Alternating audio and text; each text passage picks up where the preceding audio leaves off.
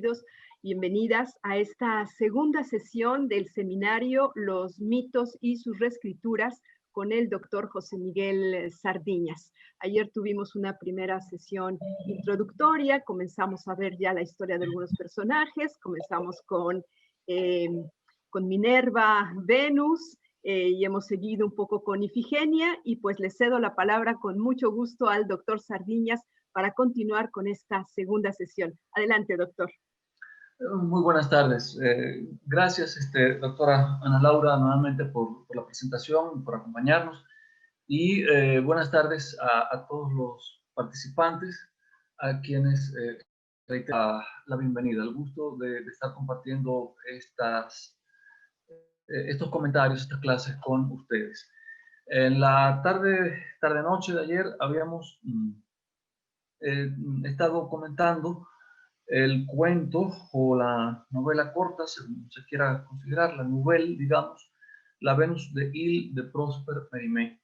Y estuvimos analizando básicamente cómo al buscar la figura de Venus nos llevaba también a Afrodita, y esto nos conducía a una serie de figuras o de valores que se le pueden atribuir a la figura de Afrodita.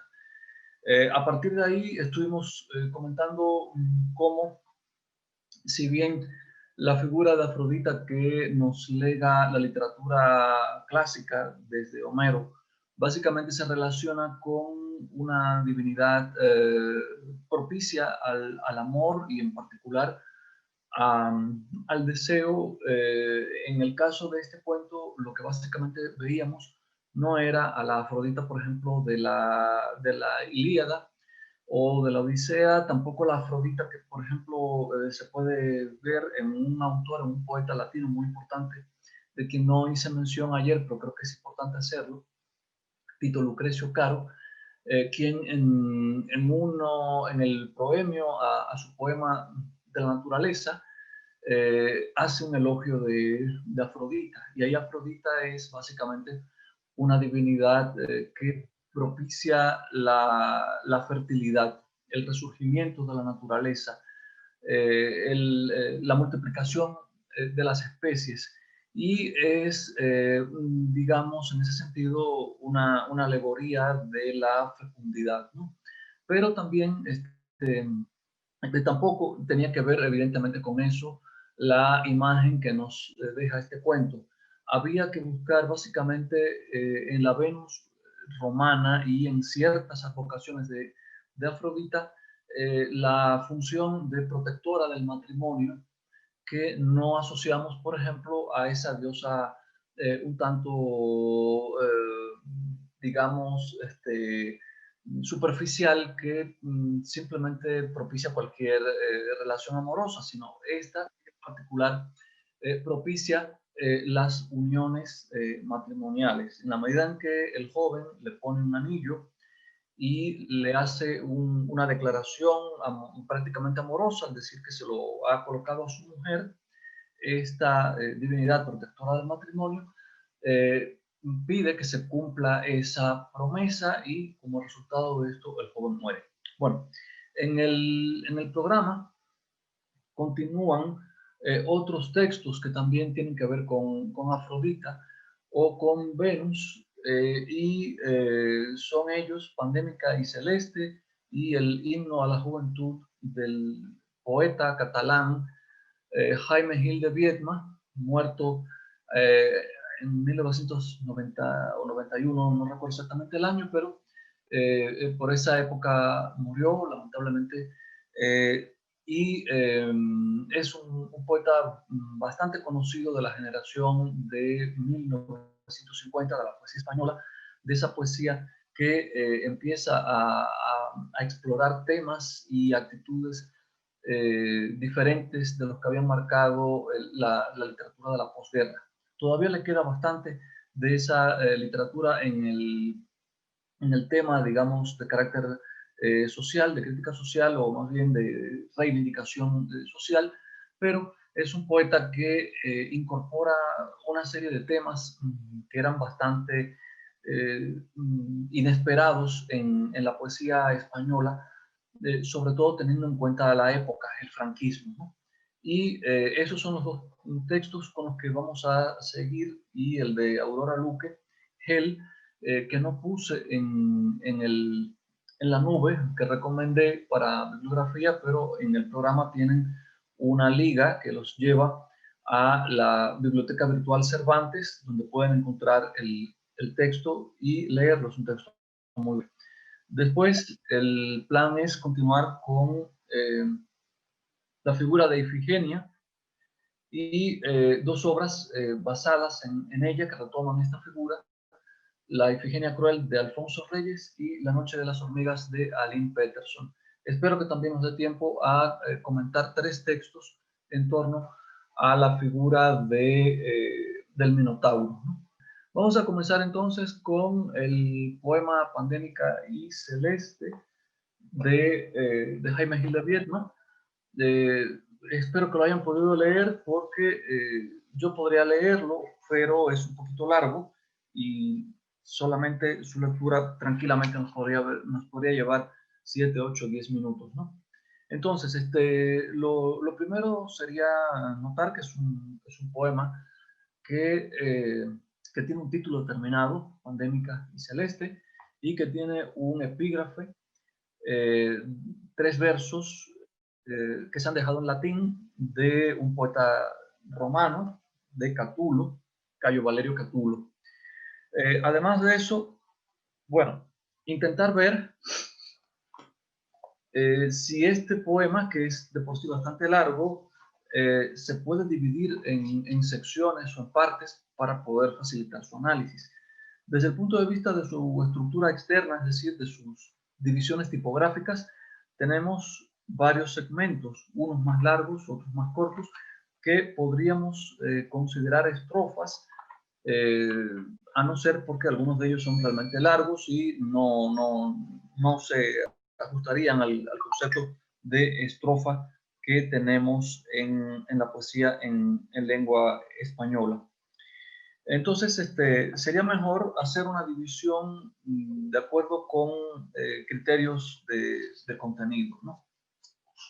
Pero para saber por qué asociamos este poema con la figura de Afrodita o de Venus, lo primero es establecer entonces ese vínculo, esa, digamos, presencia extranjera en un poema escrito originalmente en español, como en general hacía Gil de Viedma. No escribía su poesía en catalán, sino básicamente en español, ¿no? En castellano. Y lo primero es, bueno, en el título, la palabra celeste podría ser el nombre de una señora, de una mujer, o podría ser un simple adjetivo relacionado con el cielo, ¿no?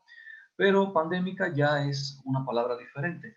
Y pues si este poema se le da a leer a cualquiera en esta época, creo que lo primero que pensaría es en la pandemia.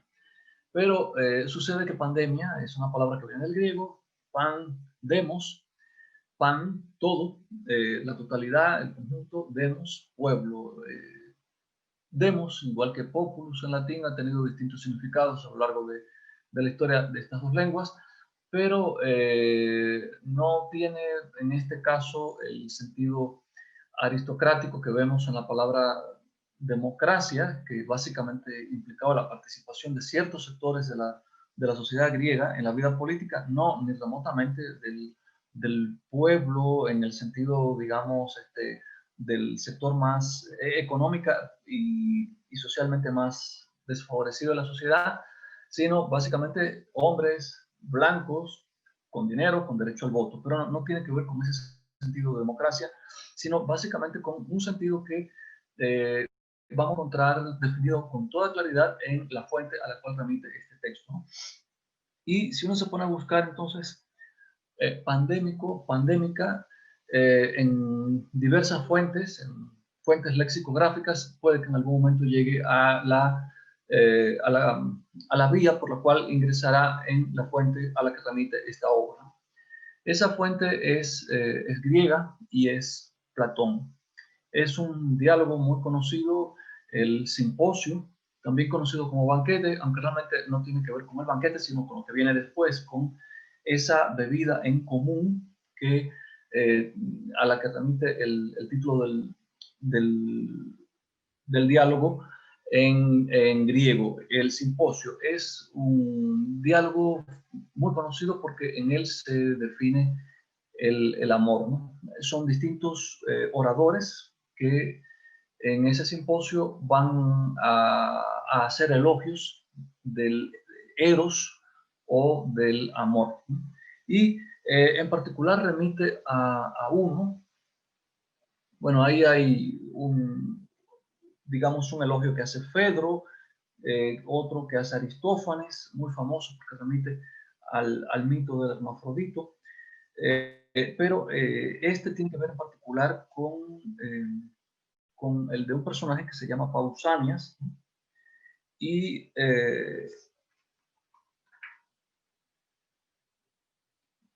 ahí, ¿de qué se trata, no?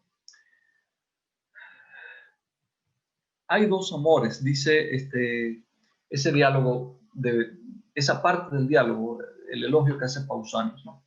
Hay dos amores o dos eros, puesto que hay dos Afroditas. Ya habíamos comentado que Afrodita tenía digamos, dos formas de nacimiento y que en eso se podían ver distintas tradiciones mitológicas.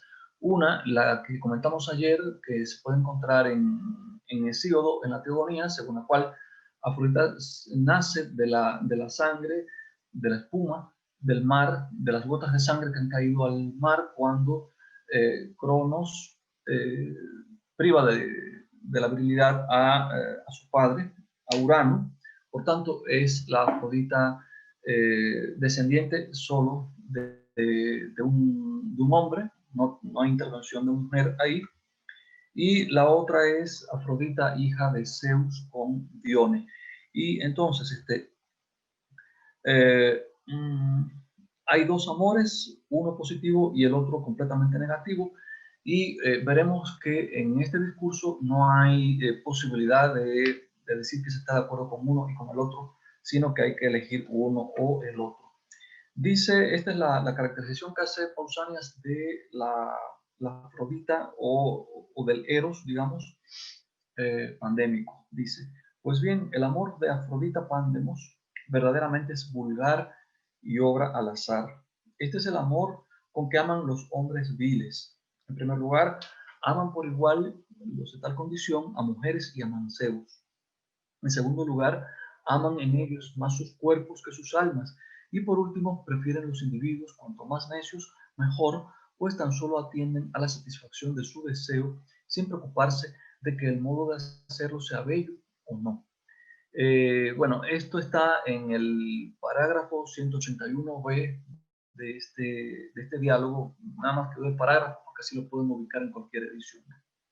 De modo que se trata de un tipo de amor o de eros que solo persigue el placer frente a la división bipolar del ser humano en cuerpo y alma. Dice, bueno, pues el cuerpo, el alma no importa gran cosa.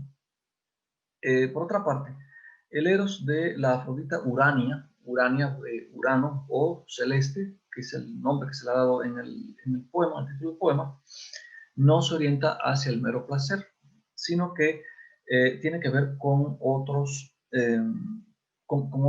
rasgos, ¿no? Más asociables con el concepto de amor romántico, que en definitiva va a salir desde la filosofía platónica, ¿no? Dice, el entregarse por alcanzar la virtud es algo completamente bello. Es el amor a la diosa celeste, es decir, entregarse por alcanzar la virtud. Es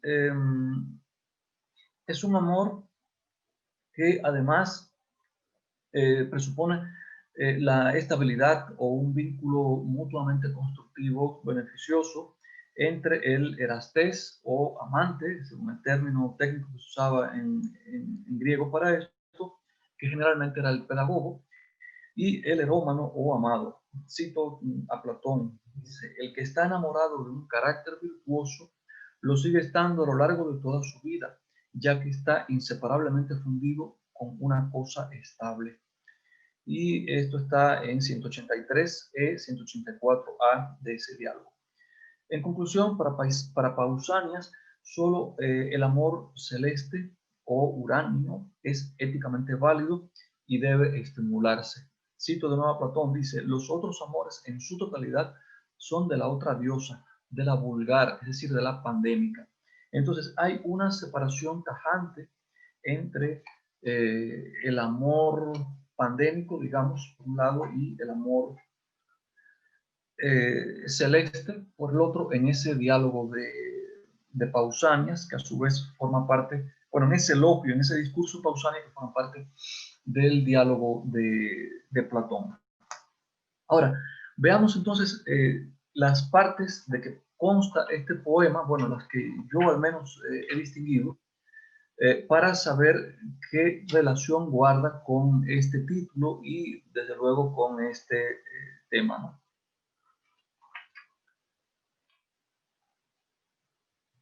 Las partes que yo distingo son entre el verso primero y el 12, una introducción donde hay una primera, una presentación del tema, digamos. Imagínate ahora que tú y yo, muy tarde, ya en la noche, hablemos hombre a hombre finalmente.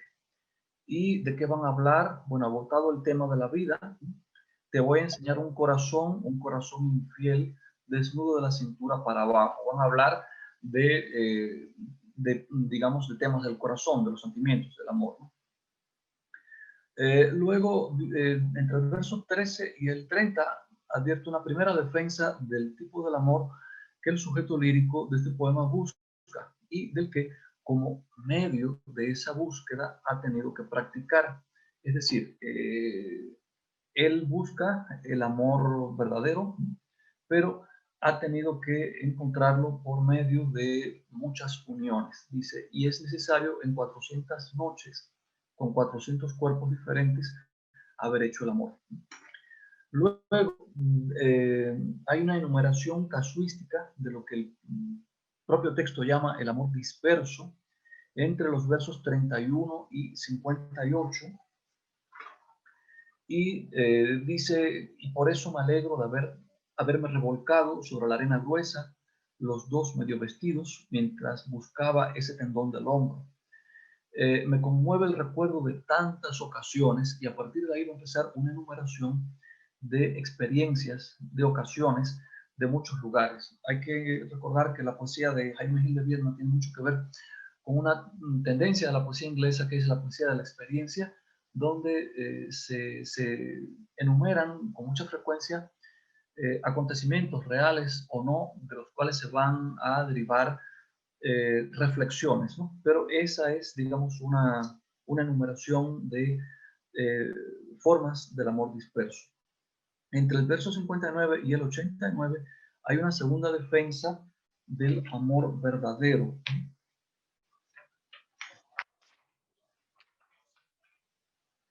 Aunque sepa que nada me valdrían trabajos de amor disperso si no existiese el verdadero amor. Mi amor, íntegra imagen de mi vida, sol de las noches mismas que le robo. Y ahí va a empezar a recordar entonces ese amor verdadero y entre el verso 90 y el verso 100, para mí está la última parte de este poema, donde el amor verdadero aparece dando sentido a los amores dispersos y a la vida. Sin ese amor verdadero no habrían tenido ningún sentido todas estas otras experiencias mediante las cuales ha logrado entender qué es el amor verdadero y finalmente es el verdadero, el que le va a dar la fuerza para soportar la temida vejez, de la que también habla en otros interesantes poemas, ¿no? Entonces ya tenemos establecido un vínculo o una relación entre el título del poema y un texto griego donde precisamente se están definiendo esas dos formas del amor, el amor disperso, el amor pandémico, el amor sensual, el que no considera, digamos, ningún inconveniente en tener todo tipo de vínculos, y un amor único de tipo, digamos, más monogámico o orientado hacia cierta estabilidad y que le da sentido a la vida. Entonces, una vez que uno tiene ya establecido ese vínculo con la fuente griega, creo que puede entender mejor también el otro signo importante de este poema, porque aunque todo el tiempo ha estado hablando o ha estado refiriéndose de manera muy neutra a cuerpos, a experiencias, etcétera, no ha revelado el signo verdadero de este tipo de relación, y eso se puede ver precisamente con la relación que se establece con el Simposio de Platón, donde a excepción de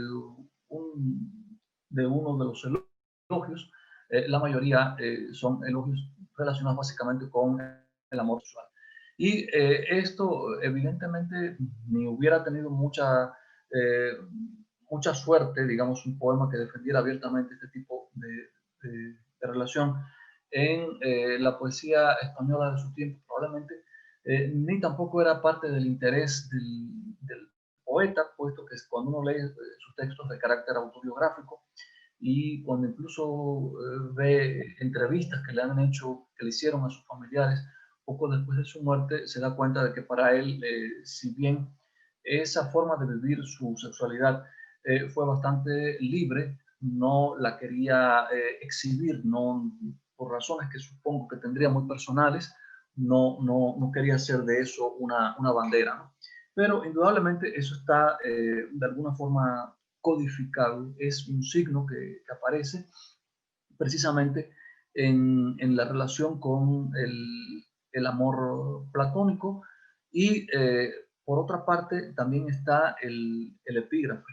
No voy a entrar demasiado en el epígrafe porque, bueno, remite a una fuente que no es mitológica, sino simplemente literaria, poética, y que es, digamos, el ciclo de los poemas que Cayo Valerio Catulo dedica a Lesbia, ese nombre que hay en sus poemas, en unos cuantos de sus poemas, que supuestamente se refieren a una cortesana con la que él mantuvo una relación tormentosa, y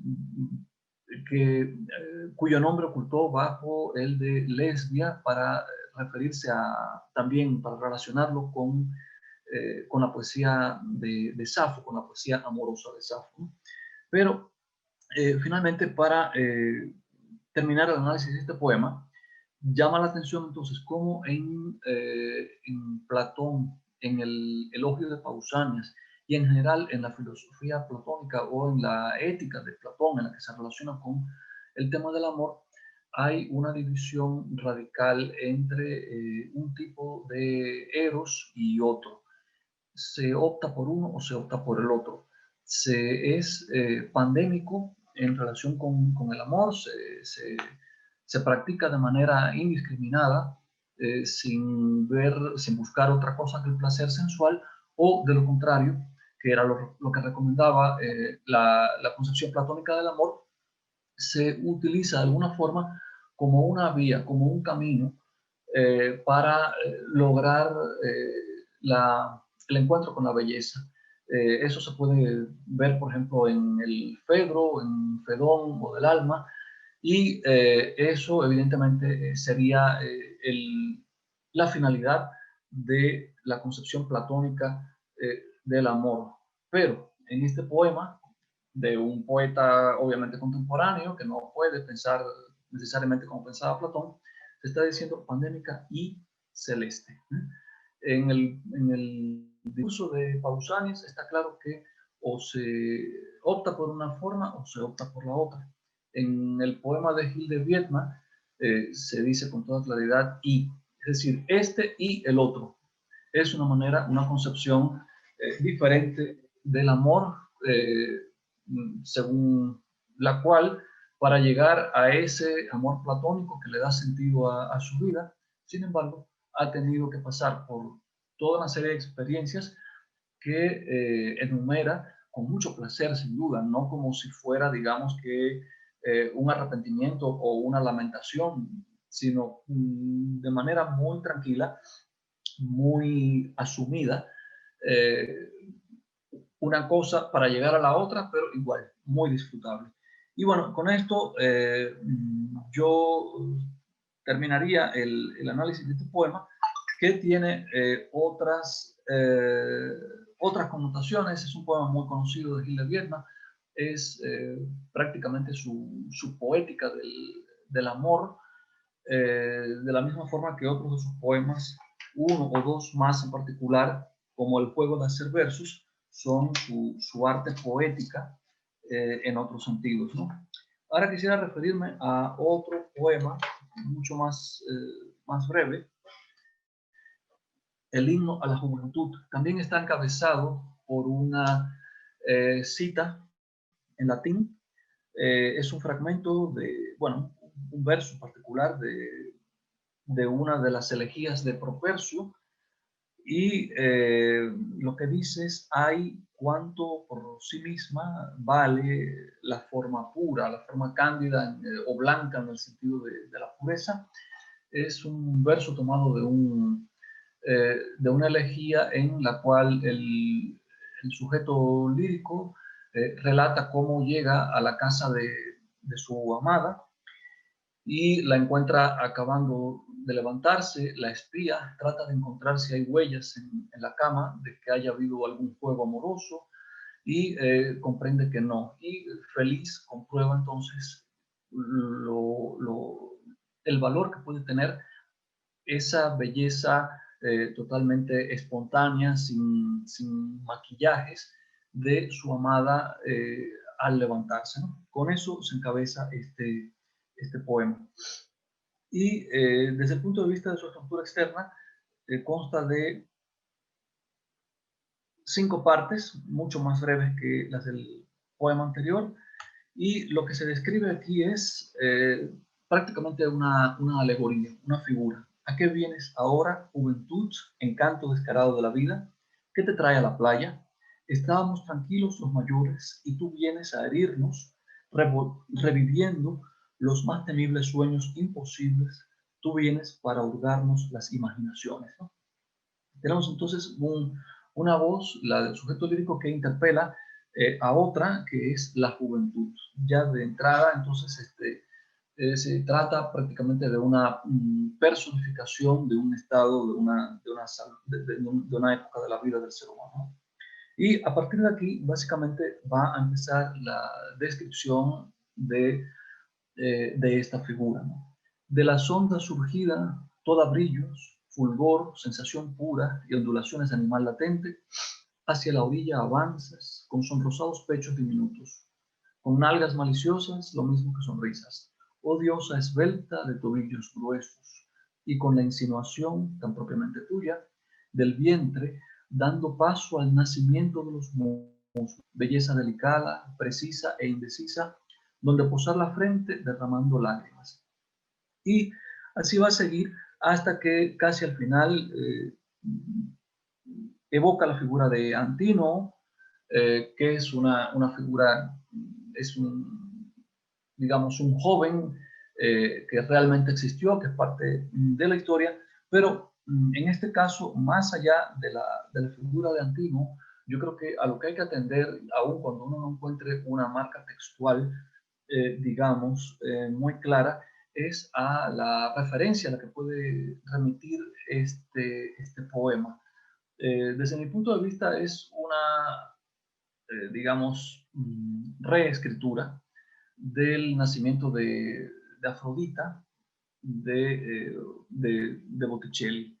Precisamente por la descripción que hace, la divinidad dice en la tercera sección: y debemos llegar, figuración de un fabuloso espacio ribereño, con toros, caracolas y delfines, sobre la arena blanda, entre la mar y el cielo, aún trémula de gotas, deslumbrada de sol y sonriendo. Esto en particular es lo que me hace pensar que se trata de una referencia a una representación plástica muy conocida de de esta divinidad, de Afrodita, y aquí sería básicamente una representación del amor sensual, tal como lo vemos en esa pintura. Entonces, con estos dos textos, terminamos la parte que tiene que ver con Jaime Gil de Biedma. Ahora pasaríamos a comentar Hell de Aurora Luque para ver a qué otra cosa puede hacer referencia. Como les decía, es un poema mucho más breve y dice: preparo la toalla, me descalzo, esa esponja porosa y amarilla que compré en un mercado obsceno de turistas en la isla de Hidra, qué dócil bajo el agua cotidiana, tantos meses después en el exilio. De pronto el gel recuerda su claridad lechosa, su consistencia exacta, el esperma del mito, el cuerpo primitivo y trastornado de Urano. Un susurro de olas mar adentro y una diosa que aparta los restos de otra espuma de sus hombros. Me punza una emoción tan anacrónica, un penoso latir hondo y absurdo, por ese mar, por ese solo mar. Busco una dosis de mares sucedáneos. ¿Cómo podría desintoxicarme? Dependo de por vida de una droga, de Grecia. Y en este caso, bueno, el título remite a uno de estos productos que usamos con frecuencia en la vida moderna, una de las tantas formas del gel, pero precisamente hacia el centro de la composición, donde el sujeto lírico habla del esperma del mito, el cuerpo primitivo y trastornado de Urano, un susurro de olas mar adentro y una diosa que aparta los restos de otra espuma de sus hombros. Ahí precisamente podemos encontrar esa referencia a ese mito que es precisamente el nacimiento de Afrodita de las aguas del mar, cuando Urano es castrado, ¿no? En esa simple referencia podemos ubicar esa parte del mito, y creo que eso le da una dimensión diferente al poema, porque si uno no supiera a qué se refiere, simplemente podría pasar por alto con facilidad la profundidad que que le pueda dar, no necesariamente tiene que darle al poema. Y en este sentido, pues ubicar esa fuente mitológica permite que uno pueda establecer una relación. Se esperaría, yo pienso, que esa relación se establezca precisamente porque se han ofrecido los elementos de carácter explícito para recuperar esa referencia. Y eso permite entonces establecer la comparación con una situación contemporánea, una mujer que se baña, que toma un baño y que expresa de esa forma su necesidad, su dependencia de esa cultura griega de la que dice depender. Bueno, con esto entonces, por razones de tiempo también, estoy tratando de apurarme un poco, quedarían comentados los tres textos que faltaban sobre Afrodita. En el de Aurora Luque es claro que se está remitiendo específicamente a una parte de ese mito que es Afrodita naciendo de las olas del mar y relacionada con Urano, con la Afrodita Urania. Sin embargo, contrasten, comparen con el primer poema de los dos que analizamos de Gil de Biedma, que en alguna medida también hace referencia a esa Afrodita y los valores realmente distintos que puede tener. En el caso del poema de Gil de Biedma, Afrodita Urania es la ideal, la preferida, y de alguna manera está canonizando el amor entre hombres porque es la nacida precisamente de un solo hombre, de una unión, están naciendo de una forma que ni siquiera presupone un parto, no hay una unión entre un hombre y una mujer, sino que literalmente cayó a las aguas del mar de los genitales de un hombre. Y en el caso de Aurora Luque, eso no tiene esa connotación, es simplemente el placer incluso de tener ese gel que le evoca la esperma de Urano, de tenerlo ella como una mujer en su mano y de indirectamente compararse con la figura de Afrodita, saliendo de las aguas del mar, quitándose esa espuma del mar y bueno, cómo esa espuma le evoca a ella, la espuma que precisamente produce el gel de baño en el momento en que está tomando ese baño.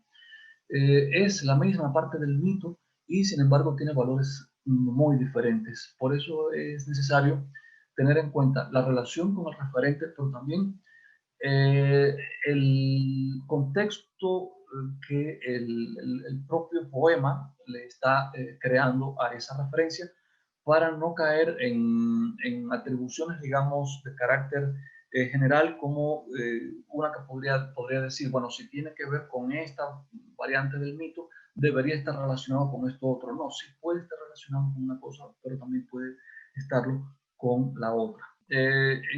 Según nuestro programa, sigue Ifigenia, la figura de Ifigenia. Y aquí tenemos dos obras un poco más largas. Un poema dramático, Ifigenia Cruel, de Alfonso Reyes, que data de 1924, que publica en Madrid y que cuenta además con dos textos donde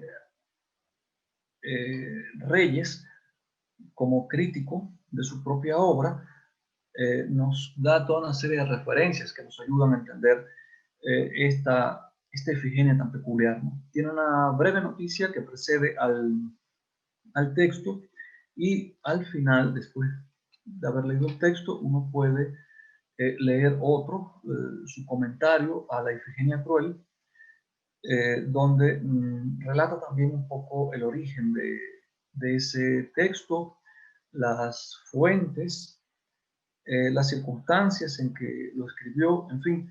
Después de leer todo esto de Alfonso Reyes, uno se siente como que, ¿para qué va a hablar? ¿Para qué va a decir algo? Si Reyes lo dijo de esa manera tan magistral que tenía él de ejercer la crítica, ¿no? Pero bueno, el caso es que si uno lee el poema, algunas cosas tiene que decir también para constatar que lo ha comprendido un poco.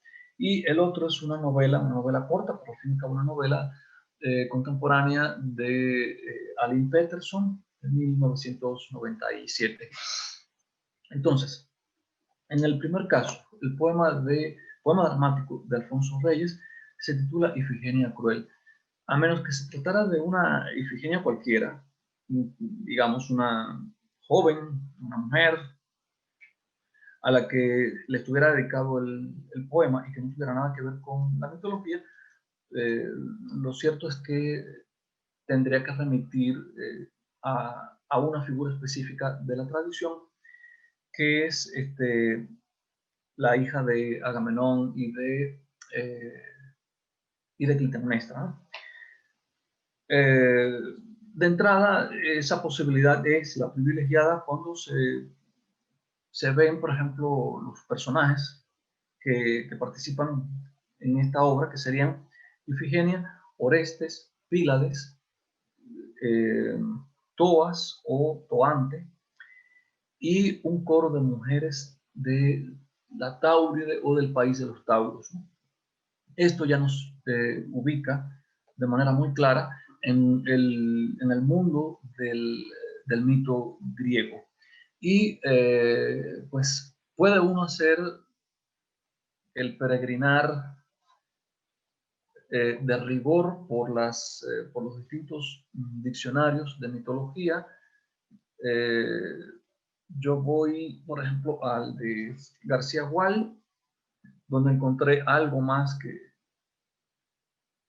la información, digamos, general sobre el origen del personaje y de entrada, digamos, hay, como suele hacer García Gual, resúmenes, valoraciones que ayudan mucho, ¿no? Por ejemplo, en el artículo que dedica a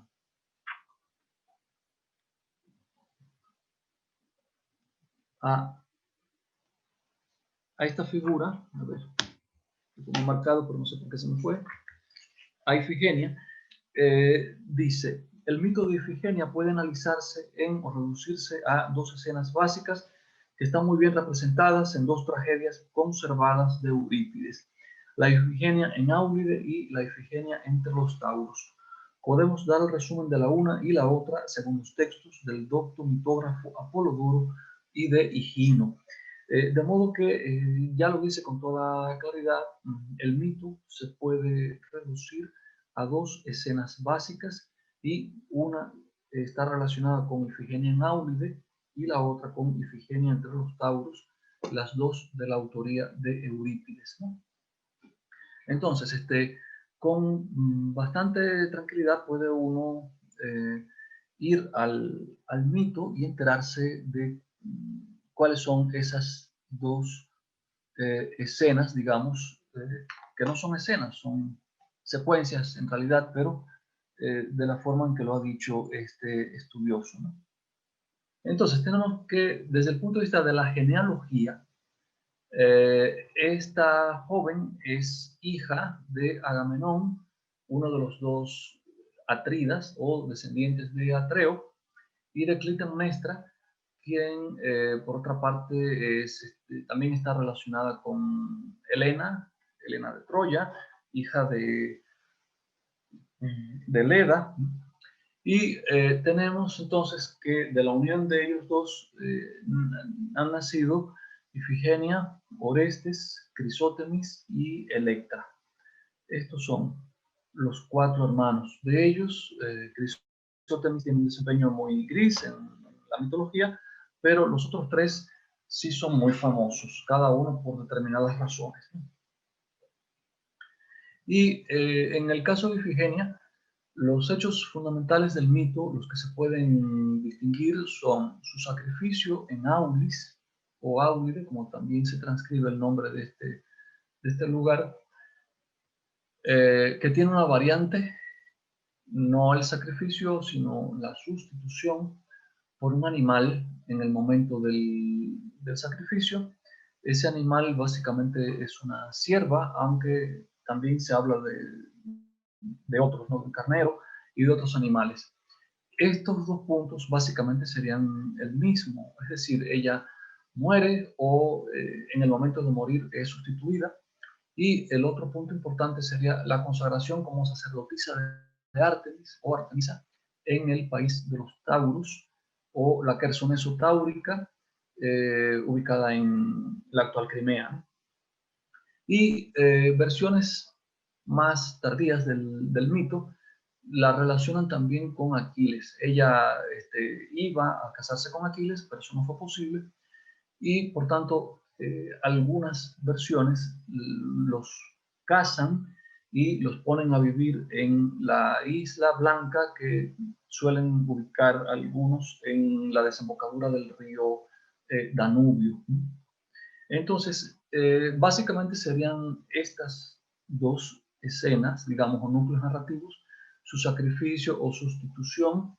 Eso se corresponde con la tragedia Ifigenia en Áulide de Eurípides y la consagración como sacerdotisa de Artemis en el país de los Tauros, que se corresponde con Ifigenia entre los Tauros o en Táuride, que ha sido objeto de diversas reelaboraciones, como la Ifigenia en Táuride de Goethe. Hay también una ópera de Gluck, en fin, hay distintas obras inspiradas en esta parte del mito. El mito y algunos de sus puntos importantes desde la propia antigüedad también llamaron la atención de los artistas plásticos, ¿no? Y aquí, por ejemplo, tenemos el sacrificio y hay una evocación a la sustitución en esta vasija este ceramo de figuras rojas sobre fondo negro. Desde el punto de vista que, por ejemplo, aquí está Ifigenia a mi derecha, por lo menos, espero que la de ustedes también. Está el altar en el centro de la composición. Está el sacerdote que va a sacrificarla, calcas o calcante, y junto a Ifigenia, tapada un poco por el cuerpo de la joven, aparece la sierva por la que va a ser sustituida, ¿no? Y hay, bueno, otras figuras además. En esta otra representación, que es de un hermosísimo mosaico de la época romana, encontrado en Ampurias, en España, también puede verse la escena similar, pero aquí hay, digamos, varios momentos del mito dispuestos en distintos puntos de la representación. Así tenemos aquí, casi en la esquina inferior derecha, el altar, ahí está Ifigenia. No, perdón, Ifigenia es esta, a la izquierda. Está aquí llevada de la mano y está cubierta, va a ser sacrificada, perdón.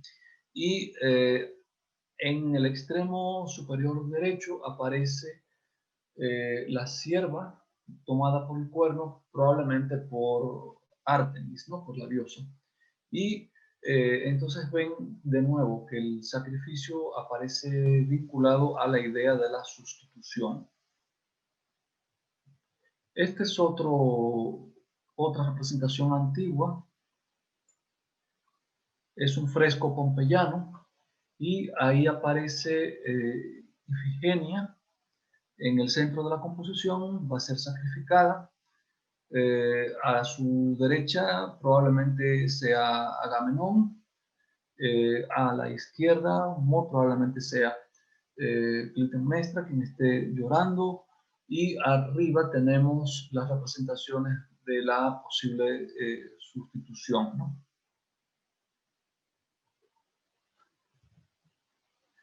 Esta es otra Ifigenia de otro fresco romano, de otro mosaico, pero en este caso es de Siria. Y aquí la vemos también cuando llega, conducida por su madre Clitemnestra, ante probablemente Agamenón, su padre, ¿no? Y en épocas posteriores también la pintura ha reflejado esta escena del sacrificio. Esta es de un pintor francés del siglo XVII. Aquí ven cómo Ifigenia literalmente es llevada en brazos de Artemis por los aires y es colocada en su lugar la sierva.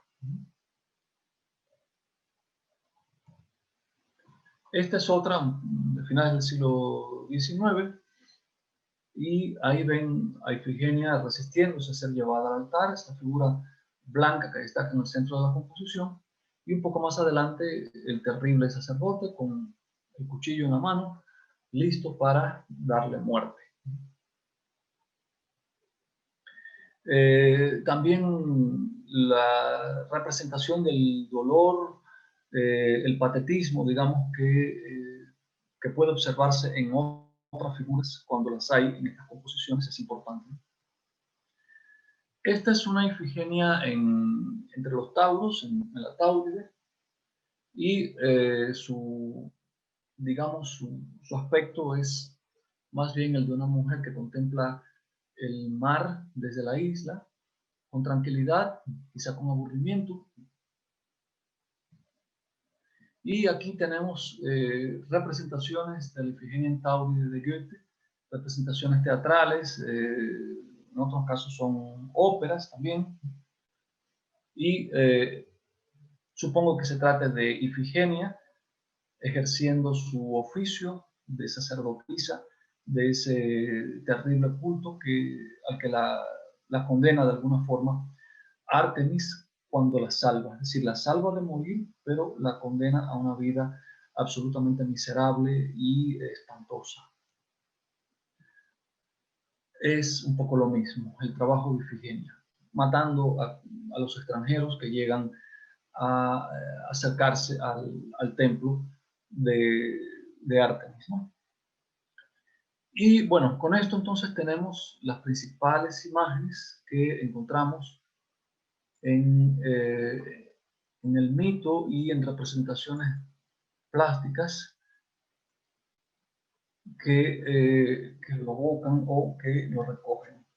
En el caso, para retomarlo, del poema de Alfonso Reyes, comienza precisamente con la figura de Ifigenia, quien dice ha perdido la memoria de su vida anterior y se lamenta. Ay de mí, que nazco sin madre y ando recelosa de mí, acechando el ruido de mis plantas por si adivino a dónde voy. Otros, como senda animada, caminan de la madre hasta el hijo, y yo no, suspensa del aire, grito que nadie lanzó. Así hasta que entra el coro, quien dice, respetemos el terror de la que se salió de la muerte y brotó como un hongo en las rocas del templo.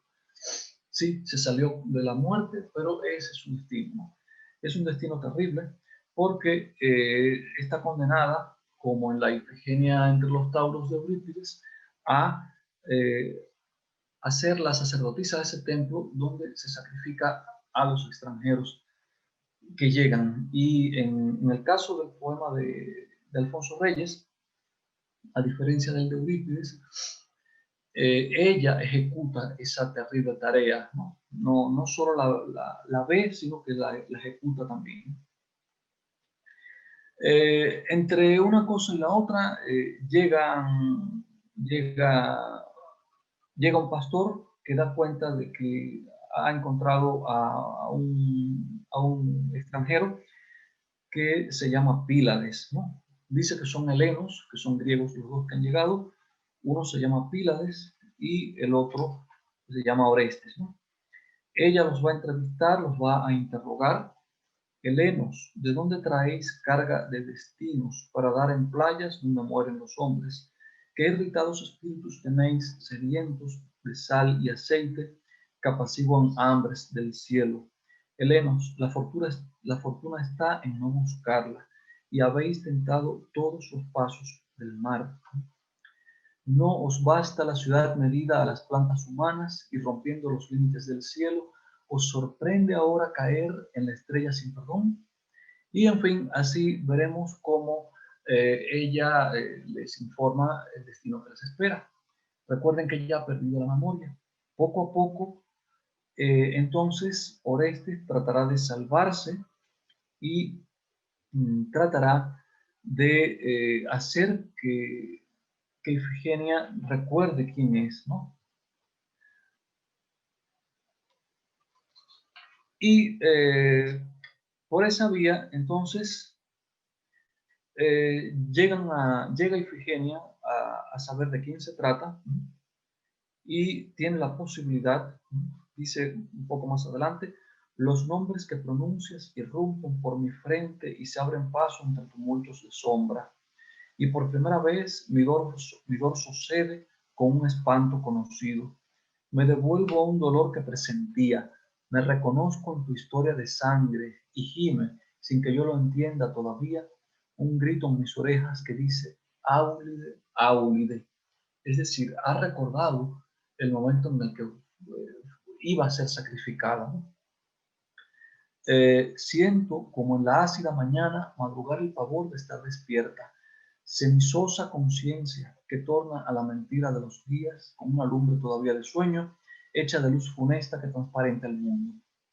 Y bueno, Orestes sigue tratando de hacer que ella recuerde, hasta que finalmente Ifigenia sabe de quién se trata, recupera esa memoria terrible que había perdido y ante la posibilidad de regresar que Orestes le ofrece, ella decide no hacerlo. Dice, virtud escasa, voluntad escasa, pajarillo casado entre palabras. Si la imaginación henchida de fantasmas no sabrá ya volver del barco a que tú partes, la lealtad del cuerpo me retendrá plantada a los pies de Artemisa, donde renazco esclava. Robarás una voz, rescatarás un eco, un arrepentimiento, no un deseo. Llévate entre las manos, cogidas con tu ingenio, estas dos conchas huecas de palabras. No quiero. Entonces, Ifigenia simplemente no va a regresar. Ella prefiere quedarse en ese lugar terrible, lejano, muy alejado del mundo, no regresar a, a Grecia, digamos, donde podía ser una princesa, porque precisamente ese mundo de donde ella salió es un mundo manchado de sangre, un mundo sucio.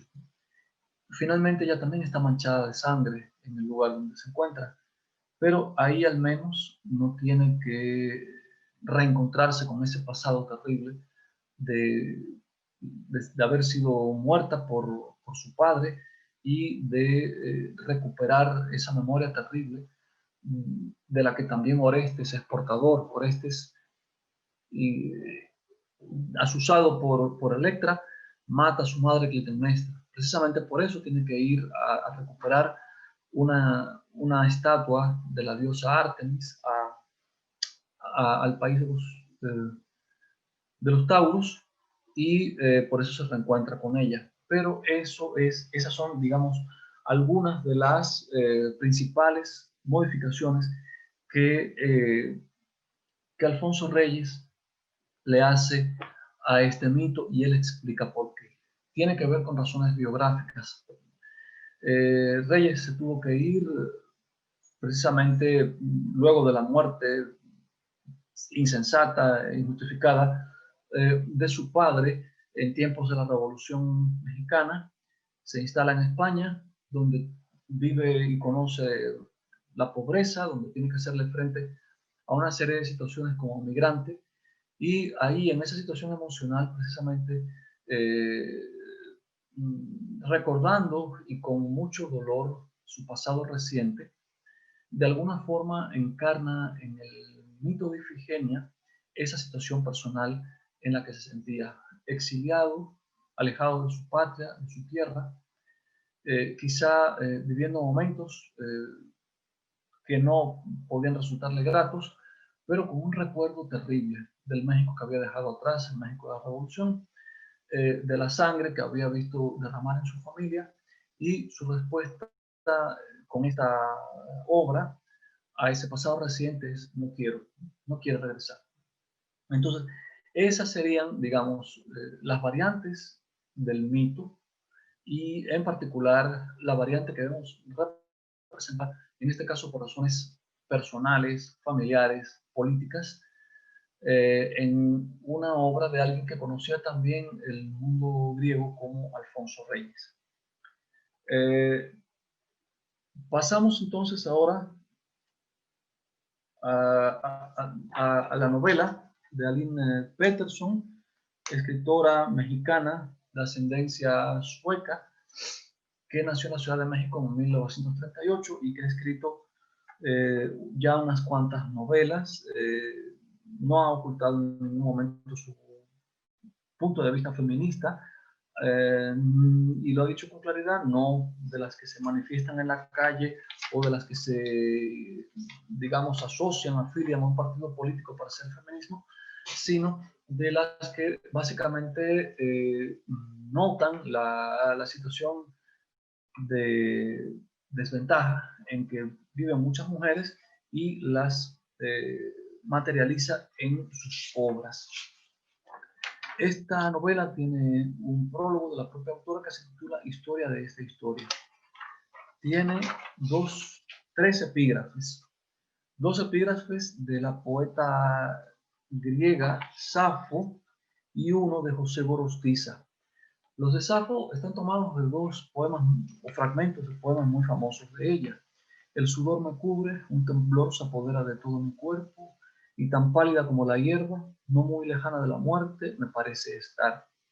Es el conocido básicamente por sus primeras palabras, Faine Tai Moi, donde un personaje del poema, que es un poema con ciertos tintes dramáticos, cuenta los efectos somáticos que le causa la situación de celos, de ver cómo se muestra, digamos,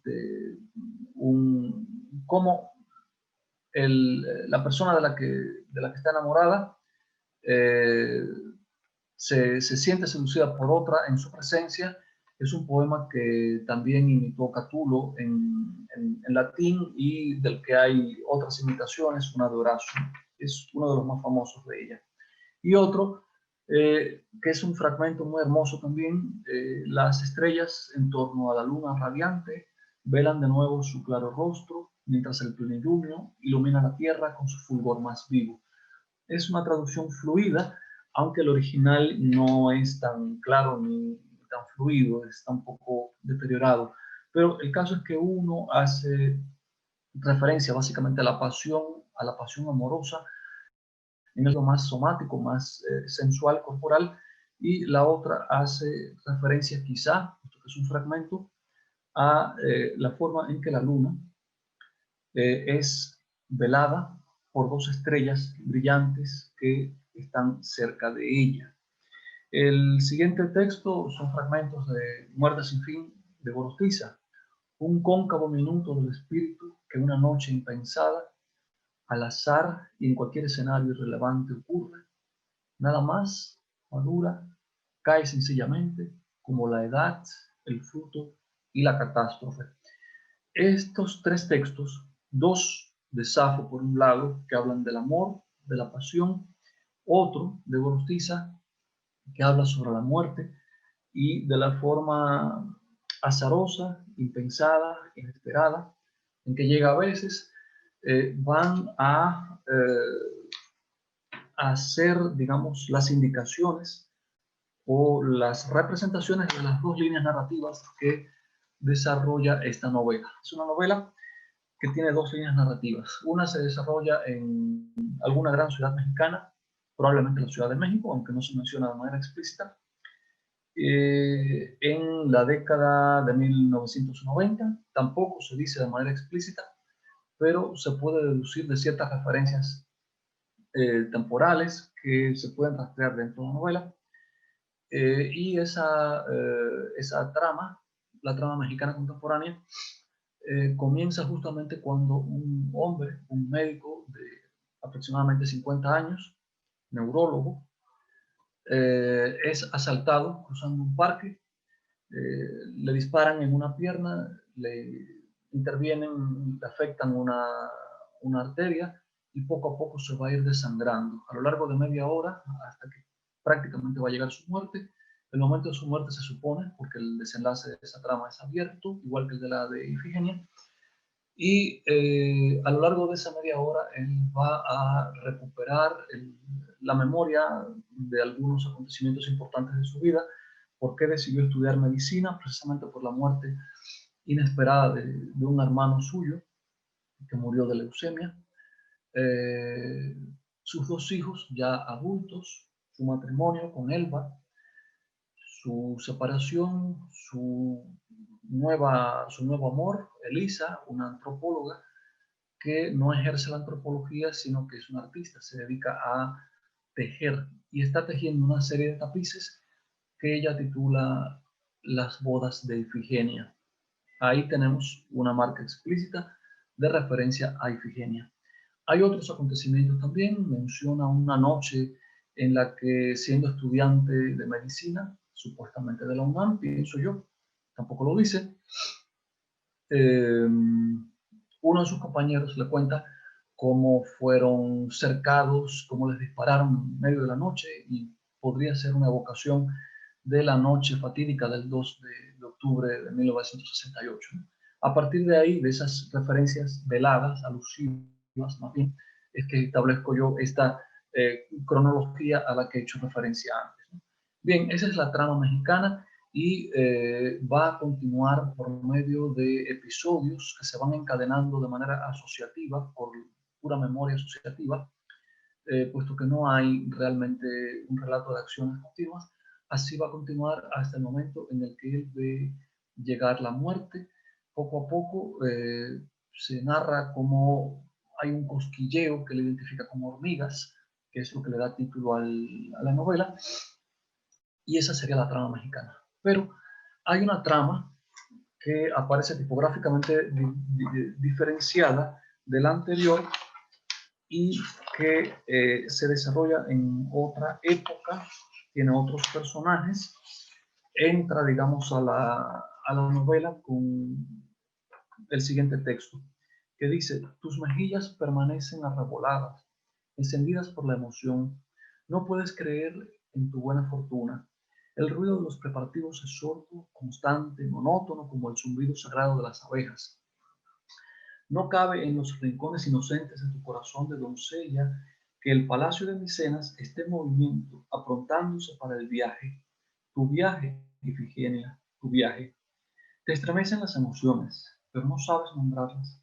Invadida por una sensación amplia que ha ido ganando tu piel, tu sangre, el dorado vello que cubre tus miembros, con una urgencia que carece de nombre, recorres casi sonámbula los aposentos reales. En fin, este es el inicio de la trama de Ifigenia, ahí está mencionada también. Y entonces esto nos plantea la relación directa con el mito, con qué parte del mito. A partir de este momento, poco a poco se nos van a ir dando elementos de la vida en el palacio de Micenas y esos últimos momentos que Ifigenia va a pasar en, en ese lugar que ha sido su casa hasta ese momento y cómo emprende un viaje, puesto que va a casarse con Aquileo, como es nombrado aquí en esta novela, Aquiles, si lo prefieren ustedes. De las dos formas se puede decir. Una está tomada del latín básicamente y la otra del griego.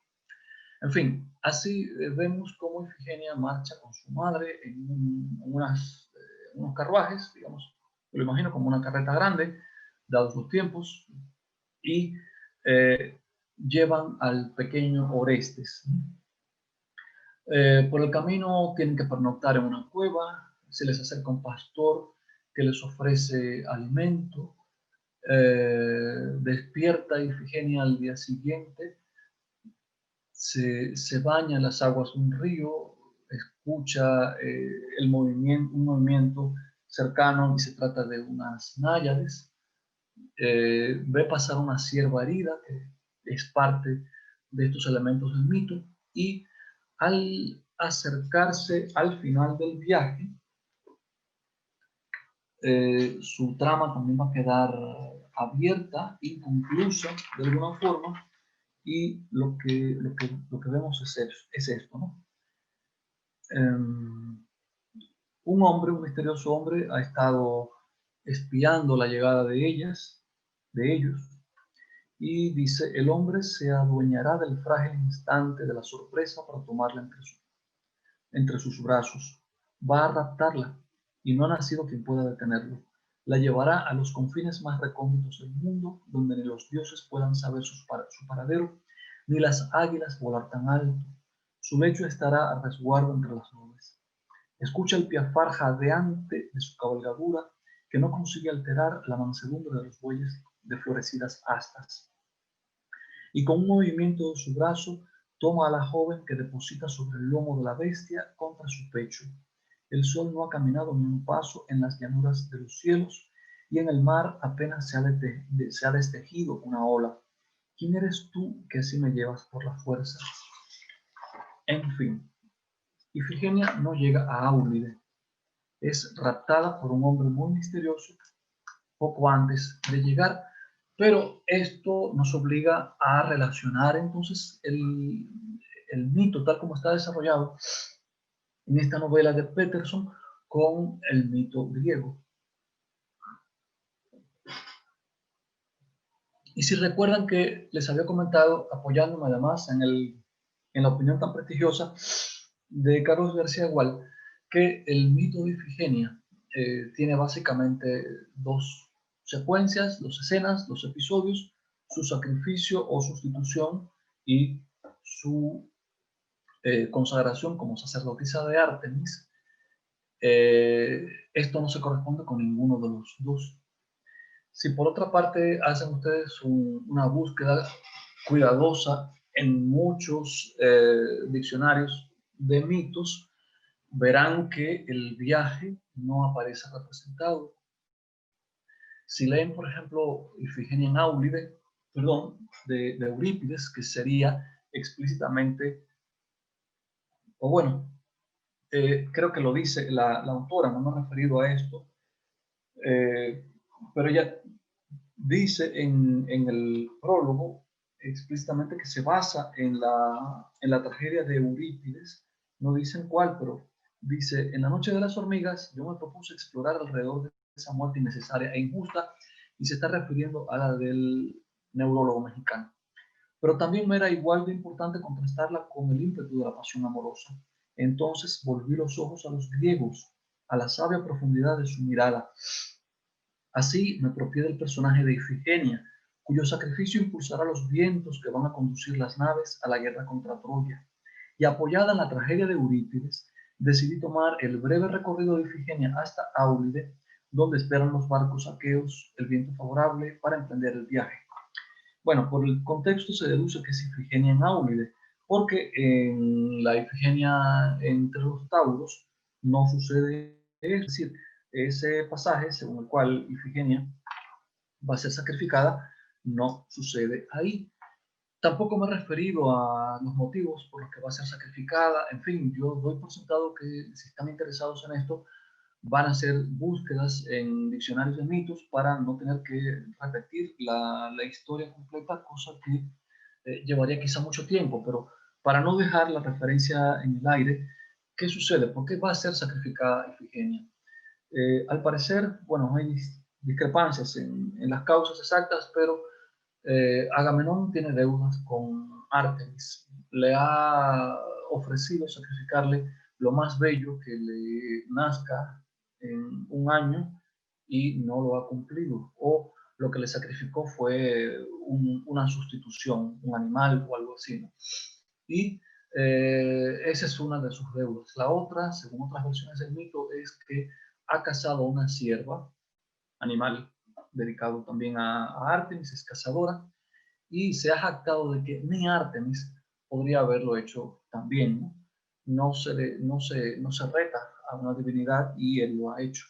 Por tanto, cuando después de toda la historia de la seducción y el rapto de Helena por parte de Paris o Alejandro, es necesario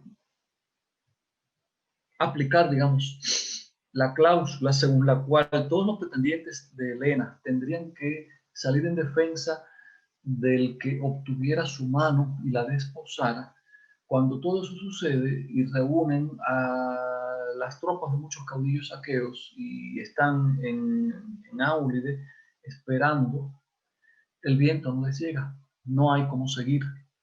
Recuerden que son naves impulsadas solo por el viento y por ese motivo le preguntan a Calcas o Calcante, el sacerdote, qué está pasando, qué divinidad está encolarizada que no les envía el aire para poder seguir, y Calcas le dice, tienes que sacrificarle tu hija Ifigenia a Artemis por esto, por esto, por esto, en fin, por todo eso que les he contado. Y él decide enviarle una carta o un mensaje a Clitemnestra, su esposa, para que haga venir a Ifigenia al campamento aqueo, donde va a ser sacrificada. Sí se cuentan elementos de esto en Ifigenia en Áulide.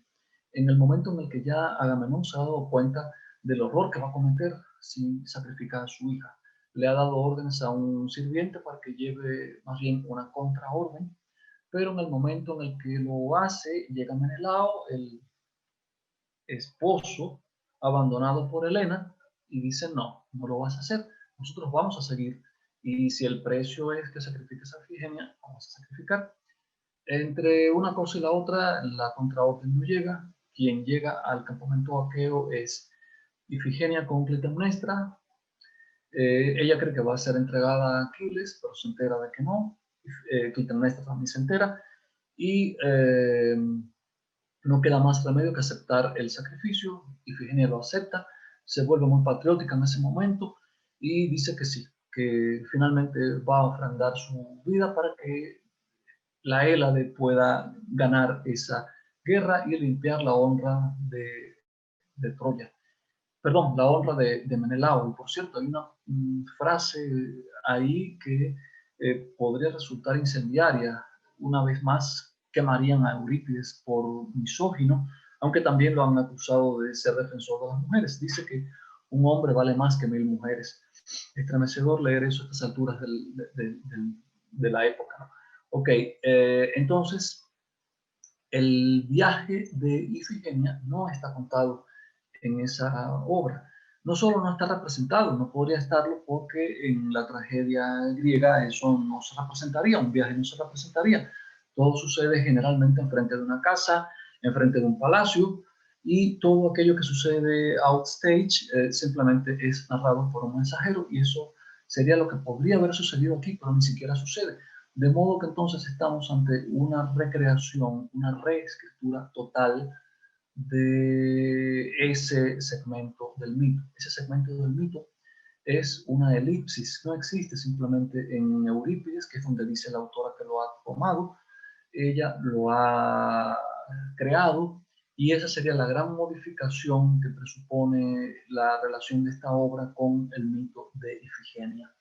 Estamos entonces ante una mirada de escritora, de mujer, que se ha interesado por el modo como Ifigenia recibe esa noticia, se llena de ilusión y va al encuentro de la dicha, digamos, según ella. Lo que no sabía es lo que le estaba esperando, ¿no? El altar del sacrificio. Y también se podrían decir otras cosas interesantes, pienso yo, sobre esta obra, pero no sé qué tanto lo limita el tiempo, porque ya casi lo que nos queda son 35 minutos y nos quedan otros 3 textos, ¿no? Yo señalaría, para redundar un poco la idea, que hay toda una serie de relaciones sugeridas entre la trama del neurólogo mexicano Alfonso Alfonso Vigil y la trama de Ifigenia. Y el vínculo de unión es justamente Elisa, que es su joven pareja y que está tejiendo una serie de tapices que se titula Las bodas de Ifigenia. Elisa, que curiosamente también tiene nombre griego, como Ifigenia, aunque su nombre en todo caso no sugeriría una unión, sino una desunión quizá, ¿no? Pero, en fin, creo que por razones de tiempo yo no insistiría más. Repito, hay mucho más que se puede ver, pero lo dejaría aquí. El siguiente tema nos lleva al Minotauro. Y como suelo hacer en otros casos, como he hecho en otros casos, parto de una obra contemporánea y de ahí emprendo la búsqueda de la relación con el mito. En este caso, hay un cuento de Jorge Luis Borges, La casa de Asterión, que uno en principio no tendría por qué relacionar con el Minotauro, aunque al final sí aparece mencionado. Y La casa de Asterión es un cuento muy breve, no sé si les habrá dado tiempo a leerlo. No subí el cuento en particular porque pensé que poner las obras completas de Borges sería, digamos, un plus enorme para cualquiera que no las tenga en versión digital y necesite usarlas, ¿no? Supongo que hayan encontrado el cuento en el índice de esa edición de las obras completas, ¿no? El caso es que es un cuento muy breve donde un personaje en primera persona, más que narrar, describe su vida y se defiende de ciertas impugnaciones que le hacen. Sé que me acusan de soberbia y tal vez de misantropía y tal vez de locura. Más adelante, otra especie ridícula es que yo, Asterión, soy un prisionero. Y por ahí sigue y describe cómo vive, cómo lo ven los otros. Ahora bien, lo primero es registrar este nombre, Asterión. Yo creo que nadie tiene ningún vecino, ningún gato, ningún perro que se llame Asterión. Entonces, lo mínimo que uno haría sería buscar de dónde sale ese nombre. Pero, por otra parte, hay un epígrafe que dice, y la reina dio a luz un hijo que se llamó Asterión, y identifica Borges Lafuente, Apolodoro, Biblioteca 3.1. Es decir, nos está dando la fuente de donde sale exactamente esa referencia, y esa fuente es la Biblioteca de Apolodoro, una de estos diccionarios que yo mencioné, y que es un diccionario de mitos escrito probablemente en tiempos del emperador Augusto, y ahí pueden ir ustedes a buscar la descripción que se hace de este Asterión en Biblioteca, libro 3, 1. Y pues ahí le van a decir a uno quién es Asterión, qué características tiene, y uno puede entonces identificarlo con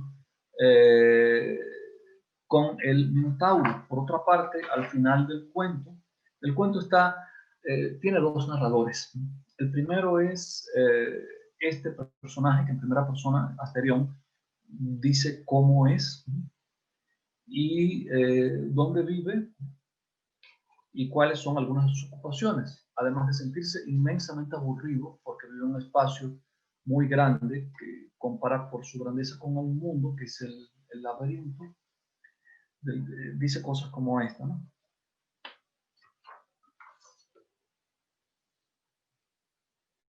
Cada 9 años entran en la casa 9 hombres para que yo los libere de todo mal.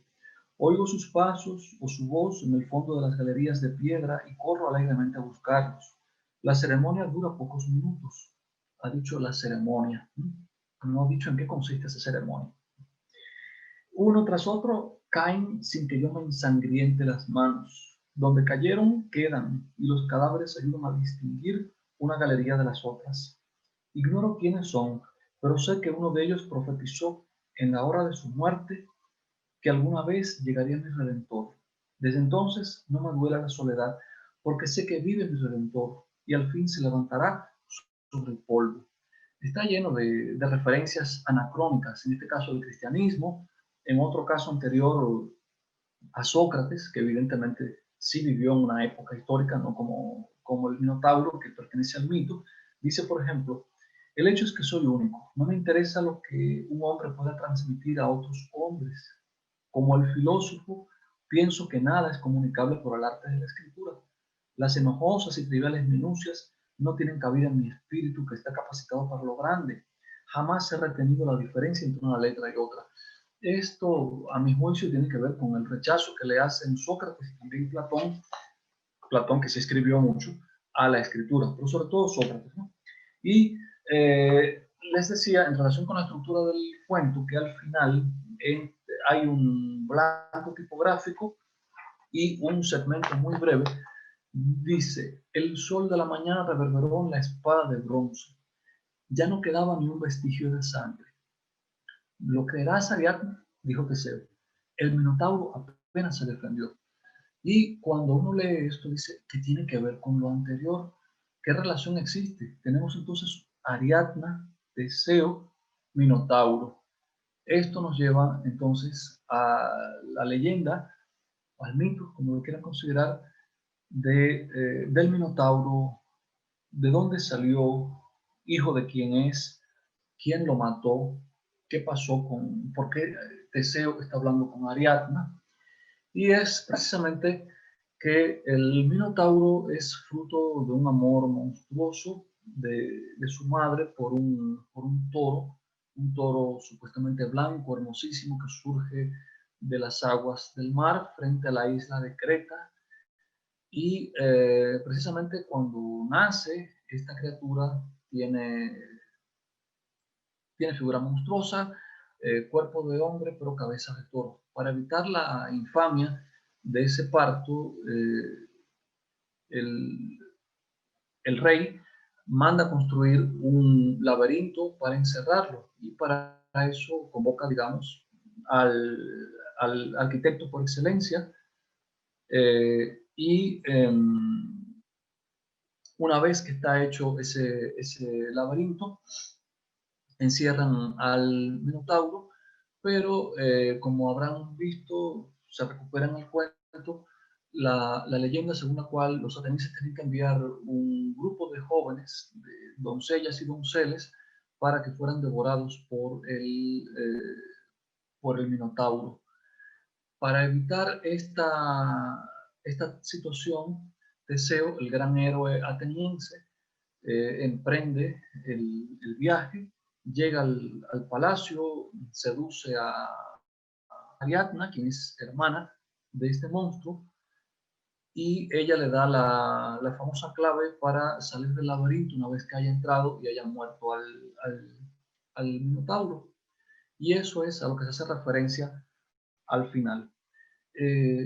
Teseo se jacta de que fue muy fácil, tiene la espada todavía en la mano y le cuenta a Ariadna que el Minotauro apenas se defendió. Ahora bien, ¿qué es lo que hace interesante a mi juicio este cuento? ¿Qué versión del mito nos está reescribiendo o nos está dando? La leyenda del Minotauro hace de él un ser devorador de jóvenes humanos, un ser terrible, un monstruo que es encerrado para ocultar la vergüenza de su origen, y no hay un mito, al menos que yo recuerde, donde el Minotauro sea el que hable, ¿no? Pero en esta versión Borges le da la palabra al Minotauro en primera persona. Entonces, de entrada, hay aquí una inversión fuerte, muy grande, incluso desde el punto de vista de la literatura fantástica. Se puede decir que generalmente los monstruos no hablan, no son ellos los que cuentan la historia, sino que son aquellos que quieren defenderse de ellos quienes cuentan esas historias. Y aquí también sucede, hay una inversión fuerte en ese sentido, porque es el Minotauro, bajo el nombre de Asterión, que es mucho menos conocido, no por gusto Borges tuvo que dar la referencia, sino creo que muy pocas personas lo sabrían, ¿no? Y la imagen que da del monstruo no es la de su crueldad. Fíjense que su crueldad queda pudorosamente oculta bajo las palabras de que la ceremonia dura poco, ¿no? Es muy breve. Y solamente dice que los cadáveres quedan ahí, pero no dice cómo los matan. Por otra parte, hace del Minotauro sobre todo un individuo diferente y que por su diferencia va a experimentar la soledad, que además desea la muerte, desea que un redentor llegue, y su redentor no es Cristo, es Teseo, y que acabe de matarlo. Entonces hay una serie de inversiones en la caracterización del personaje, de su situación, se le despoja prácticamente de la crueldad, y lo que se resalta en él es el ser un monstruo y por tanto ser diferente, y el experimentar esa diferencia como un signo de aislamiento y de soledad. Esto en cuanto a este cuento que es justamente célebre. A partir de este cuento, pues, también se han escrito otros, en particular, bueno, yo no es que tenga una colección de versiones de esto, pero sí sabemos que hay distintos autores, algunos de ellos mexicanos, que se inspiran de alguna forma en la obra de Borges, ¿no? Y yo destaco este de Rosalba Campra, también argentina, poeta, sobre todo estudiosa de la literatura latinoamericana. A ella se deben importantes contribuciones a la literatura latinoamericana. Y es un cuento muy breve, a imagen y semejanza, que igual que el de Borges tiene muy poco contenido narrativo, es decir, no se cuenta tanto, se cuenta muy poco. Y lo más importante que se cuenta, que no se describe, se ubica hacia el final del cuento. De la misma forma que La Casa de Asterión es un cuento sobre todo descriptivo y que en el final contiene una clave que nos revela básicamente lo más importante de la historia, también aquí sucede lo mismo. En este cuento, en tercera persona, se narra: la base será un sistema modular ortogonal que tendrá como elemento la manzana cuadrada de 120 metros de lado. Este módulo se repetirá 6 por 6 veces, dando como resultado un nuevo cuadrado de 36 manzanas. A su vez, el cuadrado resultante se repetirá 6 por 6 veces. Y así continúa haciendo la descripción de lo que luego sabremos que será el trazado de una ciudad, ¿no?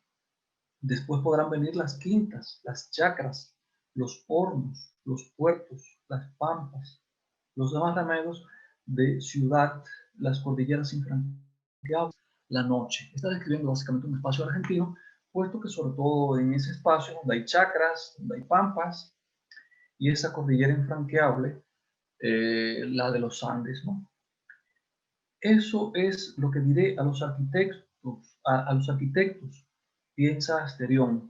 Ya aquí Asterión ya no es aquí, digamos,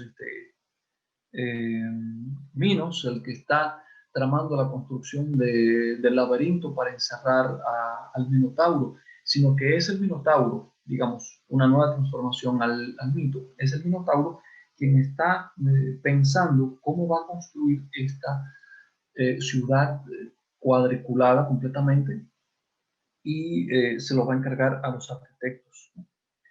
Y termina diciendo el cuento, esta microficción, pero él sigue perfeccionando dentro de su cabeza ese trazado inconcluso, pero no porque Teseo está por degollarlo, sino porque quién sabe cuándo zarparán las naves que van a descubrir el nuevo mundo, donde por fin autoridades competentes eligen su proyecto, el más racional, el más moderno, radioso, para una de esas otras capitales nuevas, la ciudad de La Plata. Ya no estará solo. Es evidente que hay un diálogo aquí, puesto que se dice que está evitando la soledad. Lo que le interesa no es que venga Teseo a matarlo y a librarlo de esa soledad, sino irse a vivir a una de estas ciudades del Nuevo Mundo, la ciudad de La Plata, perfectamente trazada, racional, hecha en forma de cuadrículas. Y entonces la referencia al mito está dada por el nombre de Asterión, pero hay que tener en cuenta que sin el intertexto del cuento de Borges, La casa de Asterión, tal vez este cuento no se entendería, porque ya la gran transformación al mito se operó en el cuento de Borges, donde el Minotauro ha perdido algunas de sus cualidades crueles, feroces, y ha adquirido una de casi héroe romántico eh, que espera que alguien lo libre de esa soledad terrible que es la que en realidad lo está matando, ¿no? Entonces, con esto estaría establecida esa relación entre estos dos textos. Y bueno, nos quedan unos 20 minutos, espero que nos dé tiempo a hablar del último cuento que tenemos previsto para la noche de hoy, puesto que este sí es un cuento largo. Es un cuento de Enrique Serna, el escritor mexicano contemporáneo, eh, que seguramente ustedes conocen, probablemente mejor que yo, y de su libro de cuentos Amores de segunda mano, que originalmente se publicó en la Universidad Veracruzana en 1991. Es un cuento, a mi juicio, digamos que cambia la tonalidad por completo de lo que es el Minotauro que hemos visto hasta ahora, ¿no? ¿Qué nos cuenta este relato, ¿no? Dice: voy a contar la historia del niño que pidió un autógrafo a Picasso. Como todo el mundo sabe, a principios de los años 50, Picasso vivía en Cannes y todas las mañanas tomaba el sol en la playa de la California. Es decir, también nos está diciendo en qué época se desarrollaron sus conocimientos, ¿no? En qué época era niño este personaje. Su pasatiempo favorito era jugar con los niños que hacían castillos de arena. Un turista, notando cuánto disfrutaba la compañía infantil, envió a su hijo a pedirle un autógrafo. Tras oír la petición del niño, Picasso miró con desprecio al hombre que lo usaba como intermediario. Si algo detestaba de la fama era que la gente comprara su firma y no sus cuadros. Fingiéndose cautivado por la gracia del niño, solicitó al padre que le permitiera llevarlo a su estudio para obsequiarle un dibujo. El turista dio su consentimiento de mil amores y media hora después vio regresar a su hijo con un minotauro tatuado en el pecho. Picasso le había conseguido la firma que tanto anhelaba, pero impresa en la piel del niño para impedirle comerciar con ella. Esta es, mutatis mutandis, la anécdota que narran los biógrafos del pintor malagueño. Todos festejan el incidente creyendo que Picasso dio una lección a los mercaderes del arte. En fin, debió refutarlos hace tiempo, pero no lo hizo y lo va a hacer ahora. Entonces, ¿por qué lo puedo refutar? Dice, lo sé porque yo era el niño del tatuaje y mi vida es una prueba irrefutable de que la rapiña comercial triunfó sobre Picasso. Esta es, en síntesis, la trama del cuento. A partir de aquí, el cuento va a ser básicamente una serie de episodios, es decir, su estructura es episódica, que van a marcar las etapas de, digamos, de la desgracia de este personaje por llevar un minotauro pintado en el pecho. Y es un cuento, digamos, que se guía por esa estructura de la picaresca, pero no solo por la estructura episódica de la picaresca y por elementos de humor, sino también eh, por la actitud, por la caracterización del personaje de este niño, ¿no? Primero, lo prohija de alguna manera una señora americana que es descrita ahí en el cuento y inmediatamente, bueno, ya se lo ha vendido su padre a esta señora. Ella lo envía a su departamento en Nueva York, donde la función de esta criatura va a ser posar junto a dos cuadros, o a un cuadro y a una escultura, sin moverse para que los amigos de esta mujer puedan contemplarlo, ¿no? Así las cosas, la mujer muere y deja al niño como parte de una donación a un museo de un pueblo donde van a exponer al muchacho que ya va creciendo, obviamente. Ahí se revela, es objeto de, digamos, de un tratamiento cosificado hasta que se lo roban unos ladrones, se lo llevan a un espacio donde él puede salirse y se convierte literalmente en un pícaro que ayuda a un puertorriqueño a carterear, a robar dinero en el metro de Nueva York. El puertorriqueño trata de tenderle una trampa para sacarle dinero, él se defiende como puede frente a la policía y poco a poco van a continuar sus desdichas hasta que finalmente llega a un espacio en Alemania, un castillo, donde una pareja muy extravagante da unas reuniones que oscilan entre las orgías, el consumo de drogas y actitudes estéticas, digamos, de quienes quieren humillar o acabar de alguna manera con el arte. Ese es digamos, es el último momento de razonamiento o de teorías en torno a las artes plásticas, ¿no?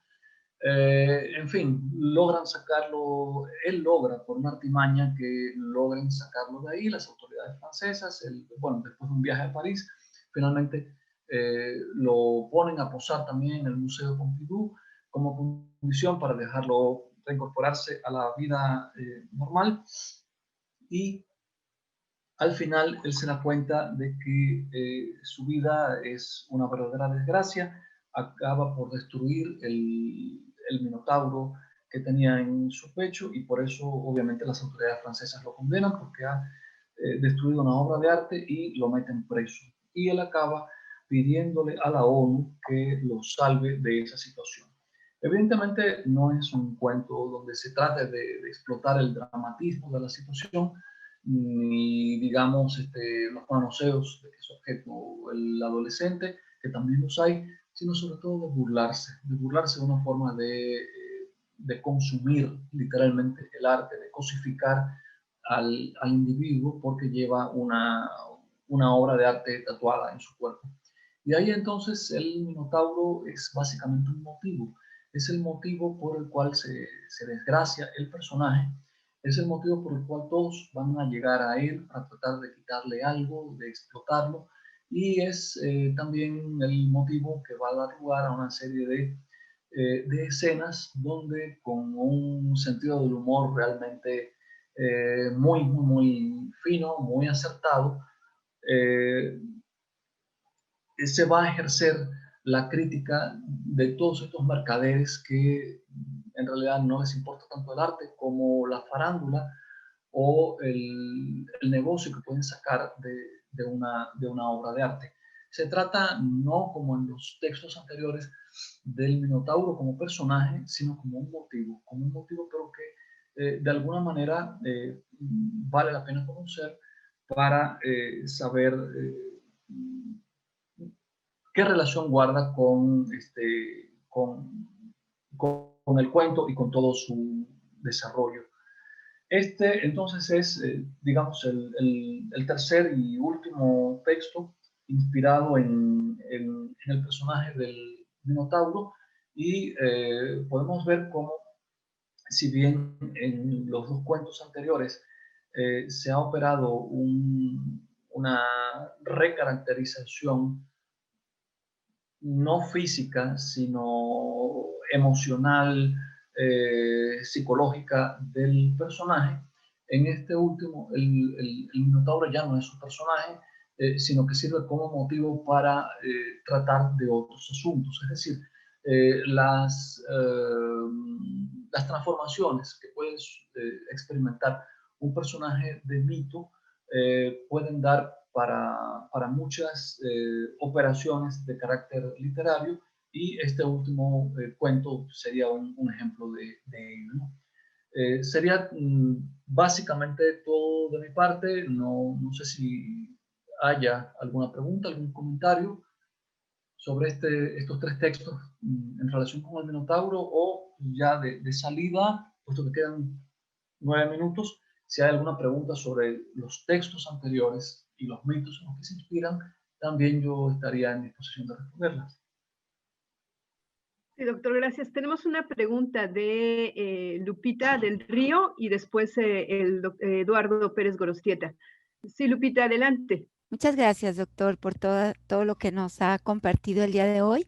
Quería preguntarle, en esto que nos cuenta del cuento, perdón, de la casa de Asterión, ese proceso de inversión del que habla usted respecto del personaje del Minotauro, ¿eso corresponde a lo que nos decía ayer de las leyes de Brunel? Sí. Es la aplicación de esos Sí. elementos ahí. Sí, precisamente la segunda, la que habla de la flexibilidad, prevé, y eso uno lo puede encontrar en otros relatos basados en mitos, que se pueda hacer una interpretación que de alguna manera nos dé, digamos, una caracterización totalmente diferente del personaje, o en buena medida muy diferente. Digo, no hace del Minotauro un sacerdote franciscano, tampoco es alguien que está No.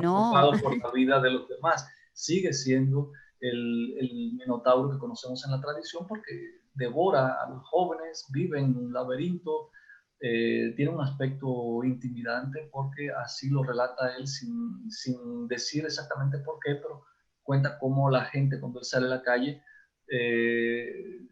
corre, huye, reza, es decir, está ante un monstruo, ¿no? Y él simplemente dice, es porque soy único, ¿no? Entonces, sí hay una serie de elementos que se conservan, pero quizá uno de los fundamentales, que es su crueldad, está atenuado. Es una especie digamos, de limpieza que le hace a la figura del Minotauro. Lo permite entender en otras aristas de su personalidad, ¿no? Particularmente la soledad, ¿no? La soledad. La soledad. Y el otro cuento, ubicado en Argentina, no es como una metáfora de la modernidad, la construcción de esas ciudades. Sí, efectivamente.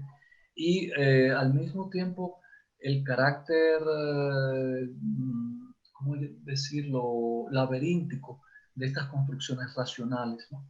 Cómo la ciudad totalmente en damero puede resultar un laberinto del que, bueno, este Asterión espera no encontrar soledad, pero evidentemente también la comparación con ese laberinto y la referencia al Asterión de Borges, yo creo que tiene que ver con eso, ¿no? Esa forma de simbolizar la ciudad laberíntica, ¿no? A pesar de su simetría perfecta, ¿no? Ok, y quería hacerle una petición, pero quizá para el día de mañana, porque ya hoy terminó el tiempo. No sé si para nosotros podría usted darnos algunas pautas o sugerencias como de carácter así muy didáctico para el tratamiento de la mitología comparada. Sí, bueno, más allá de este método tan simple de 3 pasos, digamos, podría pensar en qué les puedo recomendar. De entrada, creo que tener varios diccionarios de mitos o de mitología, porque son un instrumento constante y tener uno solo siempre limita mucho. Cada diccionario se nutre de determinadas fuentes. No creo que haya uno que pueda jactarse de haber explorado todas las versiones del mito y no solo están hechos de distintas formas cada diccionario, sino que tienen grados de profundidad muy diferentes, ¿no? Entonces yo creo que tener varios diccionarios puede ayudar mucho y de preferencia a veces de distintas mitologías, sobre todo si uno quiere hacer mitología comparada. Yo realmente no es eso lo que hago es literatura comparada. Pero si tuviera que analizar, qué sé yo, 2 mitos que tengan una estructura muy similar, sería fundamental entonces tener diccionarios de mitologías diferentes e incluso, aunque no los he usado, porque a veces se confía un poco de ese tipo de estudio o de ese enfoque crítico, tener también buenos diccionarios de símbolos, porque muchas veces los mitos contienen símbolos y no son solo relatos. Claro. Ok, muchas gracias. No, de qué, hasta por la intervención. Sí, doctor. Y en ese sentido yo quería preguntarle respecto a que a veces es difícil pensar en Ifigenia sin pensar en el mito de Abraham e Isaac, este otro sacrificio en el que hay que sacrificar a un hijo, ¿no? Por una voluntad divina, y que al final no se sacrifica por la propia gracia divina. Exacto. Sí, ahí, ese sería un ejemplo perfecto de cómo se puede hacer mitología comparada, pienso yo. Digo, no lo hago, pero me parece que precisamente esa serie consecutiva de acciones y los valores que puede tener pueden permitir la comparación, ¿no? En tradiciones que realmente no creo que tuvieran ninguna relación en ese momento. Me parece que el maestro Eduardo Pérez Gorostieta tenía una pregunta también. Eduardo, si quieres abrir tu micrófono y tu cámara. José Miguel, buenas tardes. Fue un placer tenerte, una delicia. Y considerando que nuestra audiencia de nuestros cursos son de muchachos de 18 a 20 años, al principio hay una resistencia a ir al texto clásico original, pero luego hay una fascinación y como muchos de los que estamos aquí somos maestros y nos ven como autoridad, yo quisiera que les hicieras una reflexión de por qué ir al texto primario, primigenio, pristino, primordial, tomarlo de la mano y saltarse con todo respeto la multimedia y demás. ¿Cuál sería el valor que ellos dejan de tener si no tienen el texto primigenio, original, pristino, digamos casi la piedra de Gilgamesh, ¿no? ¿Sí? Como sí hacemos mitología comparada en los cursos y sí tienen que demostrar cómo pervive un mito,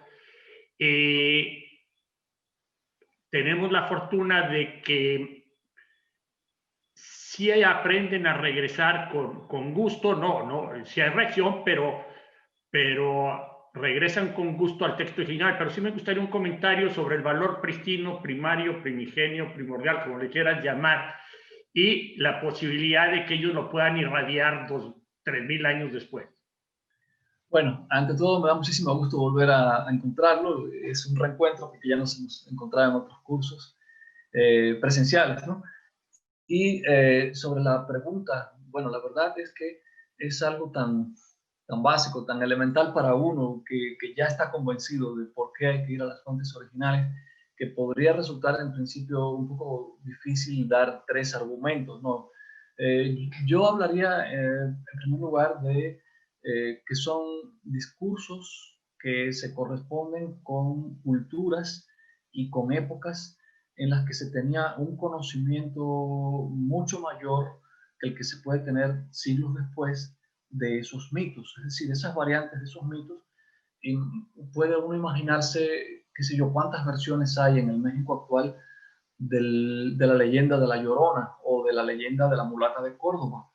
Entonces, si uno se imagina cómo podría leer un individuo de dentro de 3.000 años, suponiendo que haya alguno vivo dentro de 3.000 años, ¿no?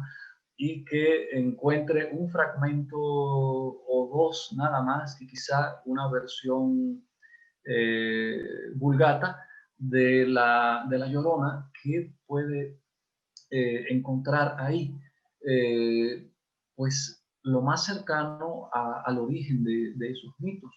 Las versiones, digamos, que mejor los conocen, las que están nutridas de la cultura en la que esos mitos surgieron.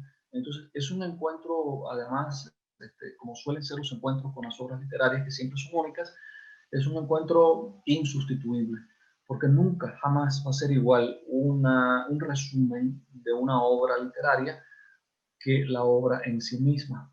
Es algo que yo entiendo, la resistencia que les puedan hacer a los textos antiguos, precisamente por tratarse de textos que se originaron en culturas muy distantes en el tiempo y en el espacio.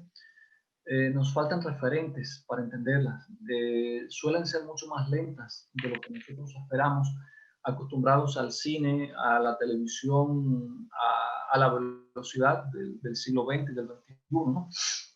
Pero son encuentros indispensables. Yo podría decir tranquilamente que cuando empecé a estudiar letras clásicas, llegué encantado de la idea de empezar a leer todas esas obras, ¿no? Había leído muy pocas, algunas tragedias de Sófocles, alguna novela como el Satiricón, y cuando mi primer encuentro con esas grandes literaturas ya de manera sistemática fue la Ilíada de Homero, sentí una frustración terrible, porque yo creí que iba a disfrutar inmensamente de la Ilíada y tenía que tomarla casi que con una cafetera al lado para no dormirme, porque no me interesaban las escenas de batalla, no me interesaba algo tan detallado y tan reiterativo en última instancia como puede ser una epopeya, pero uno empieza a conocer el porqué de esto, de lo otro, cómo esos procedimientos de composición que se pueden advertir en la Ilíada, luego se los puede encontrar uno en poemas mucho más recientes, y empieza a encontrarle una razón a todo eso, ¿no? Al final, yo creo que la erudición, si se le puede llamar así, se convierte en un hábito de uno, en un deseo de querer llegar a esas fuentes donde se encuentran las versiones, si no siempre las primeras, sí, versiones muy apegadas a la cultura. Bueno, son parte de esa cultura que las ha generado, ¿no?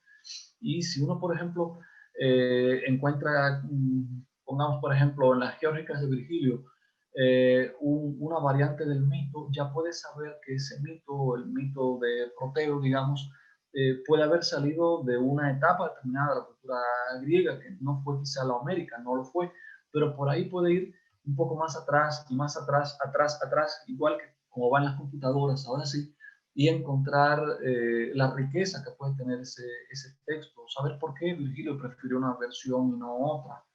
Y yo creo que ese saber, ese conocimiento es insustituible. Además, algo importante, la memoria.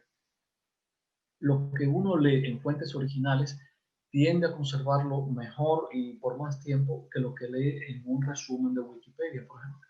Y no es que yo sea enemigo de la Wikipedia, creo que es un instrumento muy socorrido, pero como en todo, hay un momento para la Wikipedia y un momento para decir, bueno, ok, ya me contaron por dónde va este asunto, ahora voy a enterarme de verdad, ahora voy a leer ese canto o ese libro de las geórgicas donde me cuentan quién fue Proteo y voy a lograr detalles de comprensión que son insustituibles, nadie nos puede contar, tengo que descubrirlos yo por mí mismo.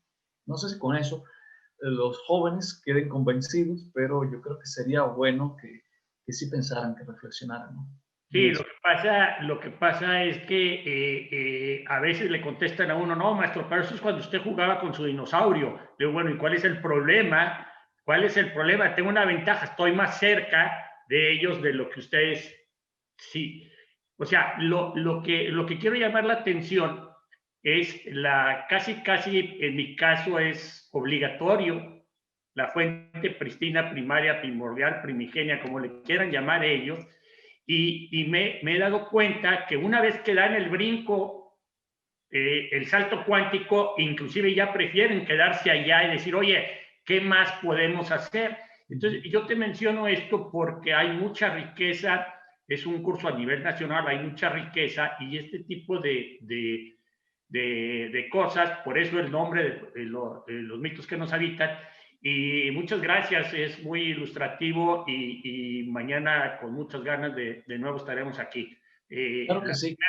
La primera hora tuve casi todo el salón completo pegado. Y otra cosa importante, si descubren, digamos, la versión psicoanalítica de la mitología, la que se puede ver, por ejemplo, en Jung o en Campbell, seguramente se van a entusiasmar mucho, porque es otra forma de leer el mito, mucho más cercana a nosotros y una forma de entender que que seguimos viviendo de mitos. Lo que pasa es que a veces no nos damos cuenta de qué mitos son los que estamos reviviendo. Gracias. Gracias, muy amable. Gracias, Laura.